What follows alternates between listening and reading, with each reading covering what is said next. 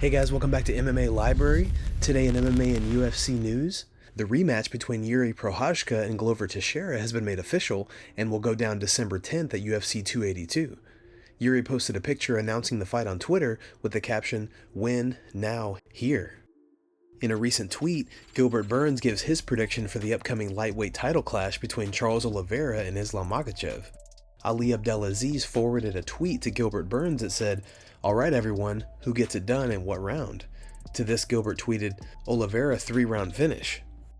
Tito Ortiz has recently come out and said he plans to fight Chael Sonnen in February of next year. Here's the clip.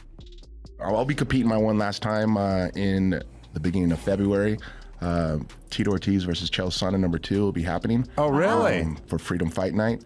And I'm excited. I'm really excited. In mixed martial arts, not boxing. Yeah. In mixed martial arts. 205? Correct, at 205. What do you guys think about this fight? Can Chael redeem his loss to Ortiz? Let us know in the comments below. Khamzat Chimaev recently offered Kevin Holland an opportunity to come and train with him. However, when speaking with Ariel Helwani, Holland states that he declines the invite. You train with him in the future, or you guys fight again? It's more likely for the universe to change and we all look like cartoon characters. You know what I mean? Yeah, I'm not training with that guy. I don't know what he was thinking. I guess because I asked him how many times a week they work wrestling, but hey, I'm just trying to steal the recipe for me and my guys. That's he right. shot a fast shot. So, you know, it is what it is. So thanks, but no thanks to the training offer. No thanks whatsoever. There's no thank you even involved. It's Right. 2 middle fingers. I ain't gonna throw it up on Ariel Helwani's show Sure. unless he wants to buzz it out. No, it's all good. Yeah. In a recent interview, Dricus du Plessis speaks about his upcoming fight against Darren Till. Here's the clip. Yeah, I guess so. I mean, they phoned me and asked if I would take that fight on a 3 weeks' notice. And I said sure. So I mean, 2 days went by after I accepted, and didn't hear anything back from Darren's team. So decided to ask him on Twitter, "Listen, is this happening? What's up?" Well, you're very respectful on Twitter. It seems like you're a fan of his. You like Darren, yes? Yeah, absolutely. I think he's an amazing fighter. I've been following his career ever since he started with the UFC. I mean, I have a lot of respect for what he's done. I believe he's an exceptional fighter. He hasn't been too active in the last few years, hasn't had the best luck per se. I believe he's 1-4 in his last 5. What are you expecting from him come December 10th? Do you think this is going to be your toughest test in the UFC? Well, I mean, in terms of names, I don't think they come much tougher than Brad Tavares, to be honest. I think in terms of skill, Darren is right up there. Also depends on which Darren arrives on the night. But I mean, my mindset going in is definitely not fighting the Darren that showed up the last few times or the Darren we've seen. So I think he's had a rough road. I think, in his not only in his career, but his life outside of fighting, I think it seems like things have been not really going his way. So, for me, the way I'm prepping, the way my mindset is going into this fight is I'm fighting the best Darren until today. Aljamain Sterling blasts USADA for not testing TJ Dillashaw thoroughly enough. I mean, we tested so carefully for how many years he didn't get caught. He got caught by the New York State Athletic Commission. There's a big difference from getting caught from USADA. USADA's thing was that testing for EPO was too expensive. This whole time I thought they tested for everything.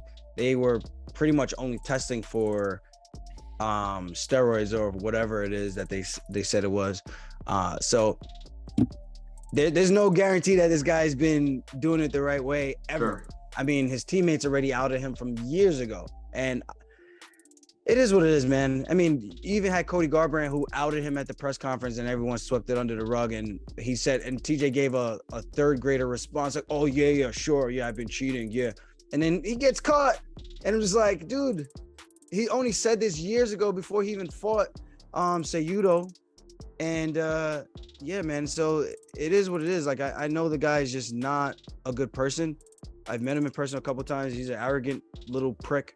And he needs some humbling, man. The Iron Sheik way, so break his back, make him humble, suplex Well, you know him. who my buddy is, right? The Iron Sheik, so. Yeah. But no, I know he's been being tested, but again, USADA wasn't the one that caught him. So what the hell's the difference between then and now? It's really not. like I already made peace with it. That there's more than likely there's a 90% chance that this guy found a way to get around it, and he's gonna do it. And it is what it is. Like I made peace with that. Daniel Cormier and Ryan Clark discussed featherweight champion Alexander Volkanovski announcing that he'll be the backup fighter for the UFC 280 main event title fight between Charles Oliveira and Islam Makhachev. Here's the clip. Well, I tap all the way in. And first off, let me say this about Alexander Volkanovski. He ain't nobody's backup, right? He is a headliner. He is a main carder. He is that dude. But I tap all the way in that if one of these fighters are not able to perform, there's no one else in the world I'd want to step into that octagon as the replacement than Alexander Volkanovski. Yeah, I tap in. I tap in on Volk because even though it's absurd, it is for a vacant championship. We do believe that Duke Bronx is the champ. Both of us do here. But because it's a vacant title, then sure, why not? Here's one thing where I have pause. When I was called Volk to make him the latest 5-star guy in EA Sports UFC, he told me that there was an injury after the last Holloway fight. So even though he was injured, he was going to train, he was going to keep preparing. So if he does get to perform, he will not be at his optimal performance because of that said recovery. So that gives me pause. But when you receive these opportunities, there's no way to turn them down. So I tap in. Big John and Josh from the Weighing In podcast discussed the future of Nate Diaz and whether or not they can see him fighting against Floyd Mayweather in Japan. Here's what the pair had to say. It's amazing. It's something you can't get anywhere else. And for any fighter, yeah, fighting in Japan is cool. And so that fight, I could see it. I could see it happening. Here's my one thing that I don't see. How does the guy in Nate Diaz, the guy that you can look and say, as real as it gets, right? Because that was the old UFC slogan, as real as it gets. And so Nate Diaz is a guy, he's as real as it gets. How could he be going over the WWE? John, you don't know how he's going to operate WWE. There it is. I got it. Dude, did you see that? Dave, I just took and just pulled it right in. Turn your camera on, dude. We got to see the emotion on your face as you try to dig yourself out of this one. John, go ahead. Go ahead. Go ahead, Dave. So we have it. It's all made up, John. The whole story is here and it's ready. It's built, right? It's all made up. Did you just hear yourself? No, it's real life. It's all made up. Nate has his last fight, right? Yeah. DC says some stuff about Nate getting smashed by Khamzat. He's lucky Khamzat fell out.